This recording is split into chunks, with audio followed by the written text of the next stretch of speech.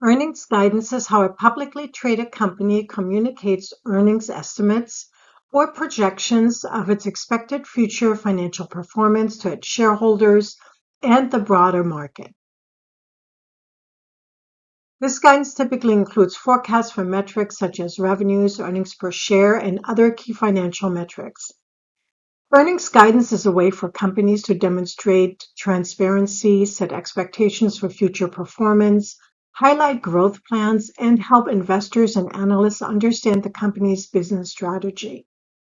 Critics like Chairman and CEO of JP Morgan Chase, Jamie Dimon, and investors like Warren Buffett argue that earnings guidance and quarterly earnings reporting encourages short-term decision-making and potentially harms the company's long-term growth. These critics argue that the SEC should switch to semi-annual reporting requirements rather than quarterly. So far, that has not happened.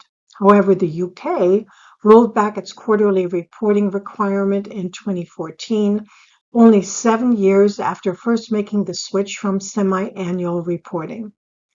Similarly, the European Union, which first introduced a quarterly reporting mandate in 2004, returned to semi-annual reporting frequencies in 2013. Earnings guidance can be in the form of quarterly or annual earning forecasts and is meant to help investors and analysts make more informed decisions about buying, selling, or holding the company's stock. Earnings guidance is typically given in conference calls with investors and analysts and in press releases available to the public. In April 2013, the SEC stated that social media posts on sites such as Facebook and X are just as good as news releases and company websites if the companies have told investors which social media outlets they intend to use.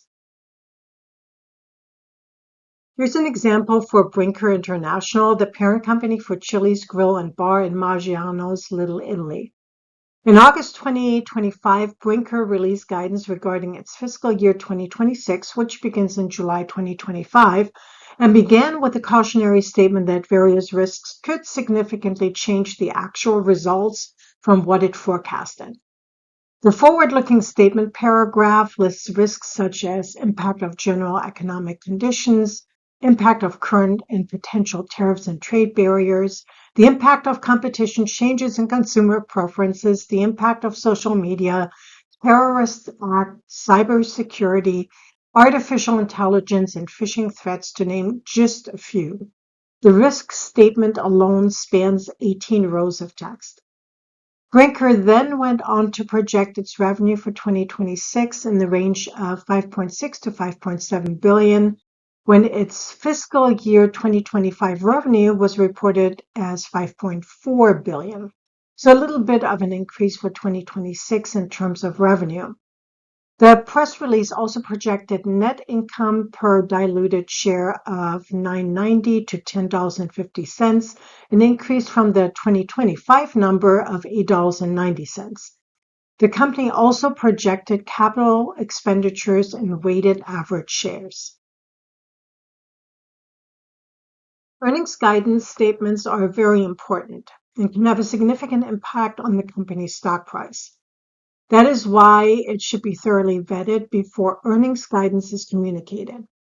The audit committee plays a crucial role in overseeing and ensuring the integrity of a company's financial reporting, including earnings guidance. The audit committee should review and, if necessary, approve any earnings guidance before it is released to the public. This review ensures that the guidance is consistent with the company's financial reporting policies and that it is based on reasonable assumptions. The committee should assess the risk factors and uncertainties that may impact the accuracy of the guidance. The audit committee also should oversee the company's internal controls related to financial reporting, which includes the processes used to prepare earnings guidance. Strong internal controls can help prevent the release of inaccurate or misleading guidance. In addition, the audit committee should maintain open communication with the company's external auditors. This includes discussing the company's earnings guidance and any related issues or concerns. Here's an example of earnings guidance gone wrong.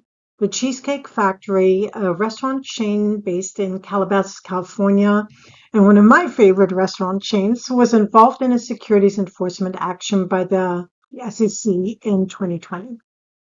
The SEC alleged that the company had made misleading and false statements regarding its expected financial performance in its public releases of earnings guidance.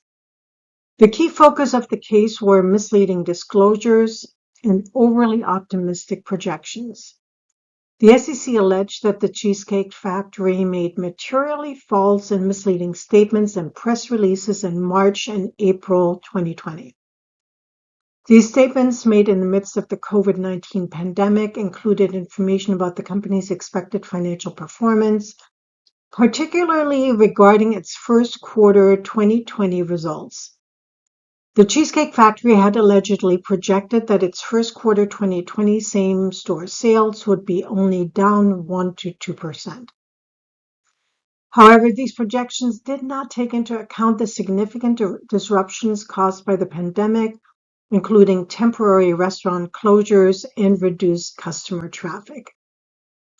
In December 2020, the Cheesecake Factory settled the enforcement action with the SEC without admitting or denying the allegations.